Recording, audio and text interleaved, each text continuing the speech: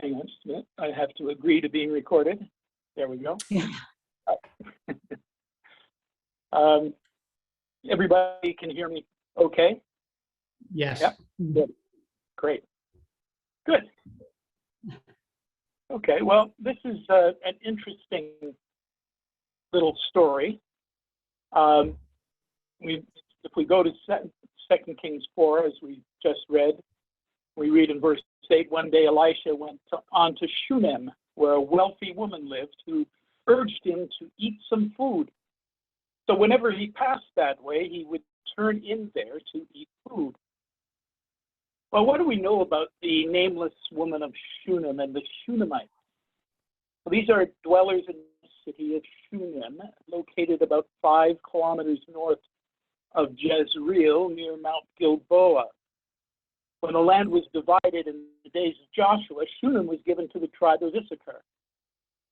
So the Shunemites were Israelites of the tribe of Issachar, although it remains unclear if the original inhabitants were destroyed or whether there was a mixing of Israelites and Canaanites in that area. She may have been a Gentile, which would explain her reference to being content to dwell with her own people. Shunem means uneven, and perhaps got its name because it was situated on a hillside overlooking the Jezreel Valley. Some commentators feel that it was from Shunem that the bride came in this, as mentioned in the Song of Solomon, chapter 6, verse 13. So why was the woman not mentioned by name? Well, that is unclear, although her association, at least in terms of place, with the bride in the Song of Solomon may mean that unnamed, she is an apt representative of the bride of Christ. That may be stretching things a little, but she was a woman of some wealth and stature, but faithful. She's to be contrasted to another great woman, a contemporary, that paragon of evil, Jezebel. Well, this story is almost exactly parallel with an incident that occurred with Elijah in 1 Kings 17, verses 8 to 24, and the Lord's raising of the son of the woman of Nain. I wonder if the anonymity of these women in 1 and 2 Kings isn't an undesigned scriptural coincidence, showing that these chronicles were written very close to the time of their occurrence. It would have been a very risky thing to have sheltered either prophet, as they were both considered enemies of the state at that time. Therefore, it would have been unwise to have named them, lest the authorities react badly to their godly acts of hospitality. Note that she had cared for Elisha because she suspected that he was a man of God. In Matthew chapter 10, verse 41, we read, he who receives a prophet because he is a prophet shall receive a prophet's reward.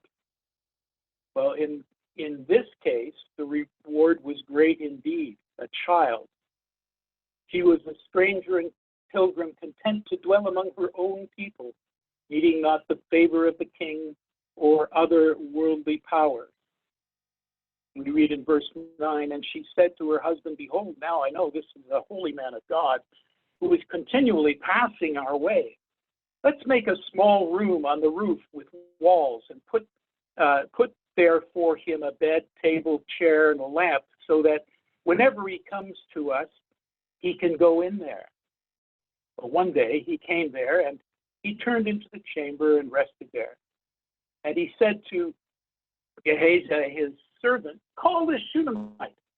And when he had called her, she stood before him, and he said to her, say now to her, see, you have taken all this trouble for us. What's to be done for you?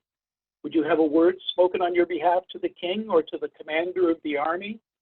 She answered, I dwell among my own people. And he said, well, what then is to be done for her? Gehazi answered, wisely on his part and quite astutely, well, she has no son and her husband is old. And he said, well, call her. And when he had called her, she stood in the doorway, and he said, at this season, about this time next year you shall embrace a son. And like many other women that we read in similar circumstances, she's incredulous. She doesn't believe it. And she said, no, my Lord, O man of God, don't lie to your servant. But the woman conceived, and she bore a son about that time the following spring, as Elisha had said to her. When the child had grown, he went out one day to his father among the reapers, and said to his father, my head, my head. The father said to his servant, carry him to his mother. So took him to the mother. The child died, and she laid him on the bed of the prophet. And then she called to her husband and said, send me one of the servants and one of the donkeys, that I may quickly go to the man of God and come back again. She knew that the man of God had the power of life and death. Her faith was firm and her actions were decisive. But her husband said, well, why would you go to him today? It's not a new moon or a Sabbath. It's kind of a clueless response, isn't it? But very much, he's very much, how should we say, involved in the structure, in the framework of the worship of God through the law. But she replied, all is well. Well, even though like her husband's approach to God was formalized, he didn't understand really the God of Israel, but he participated in the form of worship. But she knew that God stood ready to help her in her present need through the man of his appointing, Elisha. The Shunammite was intent on seeing Elisha. The phrase, all is well, seems a little odd because all was clearly not well, but it's the simple Hebrew saying, a greeting, shalom, repeated twice. So it's, in a way, she's just kind of frustrated with her husband, dismissing him. And when she said all is well, it's kind of like, yeah, sure, okay, fine. And probably just kept on doing what she was doing and brushed him off. So she saddled the donkey, said to her servant, urge the animal on, don't slacken the pace for me unless I tell you. This is a very determined woman. She knows what she wants. She is focused, and she's going to do what she set out to do. So she came to the man of God at Mount Carmel. The man of God saw her coming and said to Gehazi, his servant, look, there's the Shunammite. Run at once to meet her and say to her, is all well with you? Is all well with your husband? Is all well with the child? She answered, so Gehazi gets there and repeats the message, and she answered, all is well. Well, that's the same peremptory response to Gehazi, who seems to be attempting to intervene and almost prevent her from going directly to Elisha. In response to his queries, she in effect says, yah, or shalom. But she didn't slow down. She just kept on going. So so she came. When she comes to the mountain of the man of God, she caught hold of his feet, and Gehazi came to push her away. But the man of God said, leave her alone, for she's in bitter distress, and the Lord has hidden it from me. Is there something we can learn about our approach to the Lord and the sometimes unnecessary and perhaps self-serving, even well-meaning attempts at mediation by those who want to legislate how one should approach the Father through the man of God's appointing? Gehazi's anger indicates that he did not appreciate her direct approach to Elisha. There are times in the New Testament when the Lord's disciples have acted a bit like Gehazi. I'm sure those same examples have come to your mind. But sadly, examples among our own contemporaries, even in our own community, of this controlling attitude may come to mind as well. In verse 28 in 2 Kings 4, then she said, did I ask my Lord for a son? Did I not say, do not deceive me? And he said to Gehazi, tie up your garment and take my staff in your hand. So Elisha knew exactly what she was on about. She, that something had happened to the child. And clearly the child was no longer alive. But this woman was in such distress. As he noted it in her demeanor, she's in bitter distress. But the Lord has not let me know what's going on here. So he tells Gehazi to go directly back to the Shunamite's house and to take his staff with him and to lay his staff on the face of the child. So it would have been from the face and down the body of the child. Why did Elisha send Gehazi ahead with his staff? That's an interesting question, and the only answers we can provide are pure conjecture, but perhaps not unreasonable even so. Perhaps Gehazi was sent ahead because he was younger and more fit than Elisha, with the staff being a surrogate for the prophet. Then the mother of the child said, as the Lord lives and as you live, I will not leave you. So Elisha seemed to know better than to argue with this very determined woman. So he arose and followed her. Gehazi went on ahead and laid the staff on the face of the child, but there was no sound or sign of life. Therefore he returned to meet him and told him the child has not awakened. So they met maybe halfway, or so Elisha and the woman met Gehazi, who was on his way back to report his failure to Elisha. Did Elisha wish to show his servant that his heart was not right? I mean, we realize that Gehazi was a bit of a disreputable character, as we learn later on.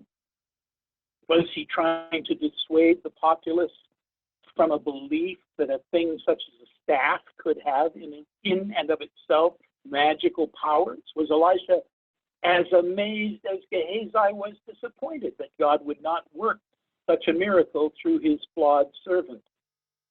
I think the latter is the case. I don't think Elisha would have sent Gehazi on the mission if he knew in advance that it would fail. In any case, the woman knew better. She knew that only Elisha could save her son. She had taken Gehazi's measure, even if the prophet had not yet done so. Gehazi was weighed in her balances and found wanting. So though Gehazi went on ahead, the woman would not leave Elisha. She stayed with the man of God. She said, as the Lord lives and as you live, I will not leave you.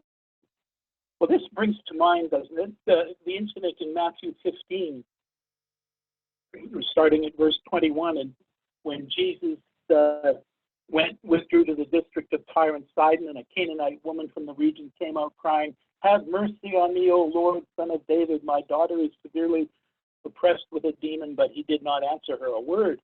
And his disciples came and begged him, saying, send her away, for she's crying after it. And he answered, I was sent only to the lost sheep of the house of Israel. But she came and knelt before him, saying, Lord, help me. And he answered, it is not right to take the children's bread and throw it to the dogs. And she said, yes, Lord, but the dogs eat the crumbs that fall from their master's table. And Jesus answered her, oh, woman, great is your faith. Be it done for you as you desire. And her daughter was healed instantly. In this case, Jesus, unlike Elisha with Gehazi, was teaching his disciples a lesson which they was completely over their heads at that time. Such faith demanded only one response. And Jesus was mirroring to the woman the attitude of his disciples.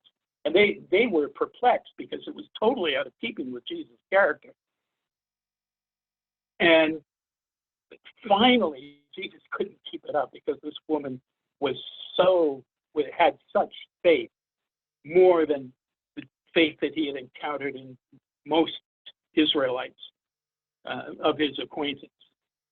And he gave up. He just said, "Oh, woman, great is your faith. He had done for you as you desire." It was going to take the disciples a long time to learn the lesson that God's love is extended to the entire world, not just to the house of Israel. So again, such faith demanded only one response. So Elisha arose and returned with the woman to her home, and she knew that no one else could bring life to her son.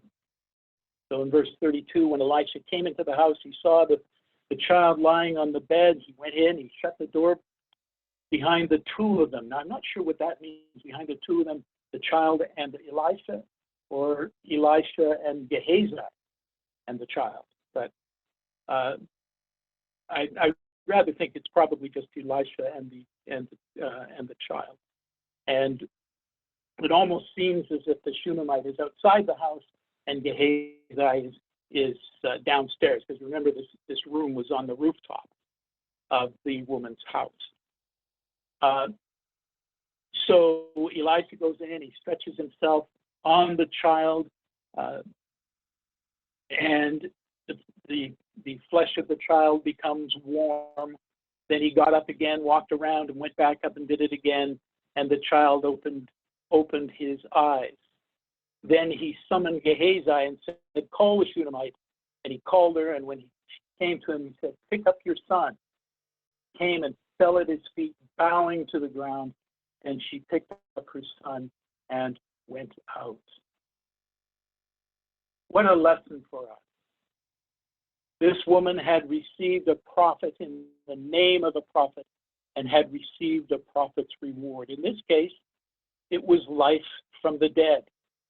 She had rejected false mediators and talismans and focused all her hopes on the man of God. Elisha, God is salvation, a type of Yahshua, Jesus, the Lord Jesus Christ. Death still reigns in God's creation. 1 Corinthians 15:26 tells us that death is the last enemy to be destroyed in the kingdom age. Though death still reigns, we sorrow not as others do. For though the dead, as we read in Ecclesiastes and Psalm 146, don't know anything, one day they shall hear the voice of the man of God calling them back from their long sleep. Those that hear shall live indeed. May we be among those who have rejected all other mediators and who have refused to leave the man of God whom we remember this morning.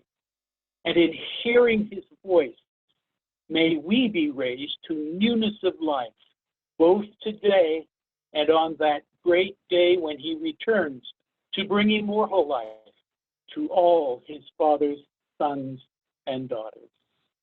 Thank you.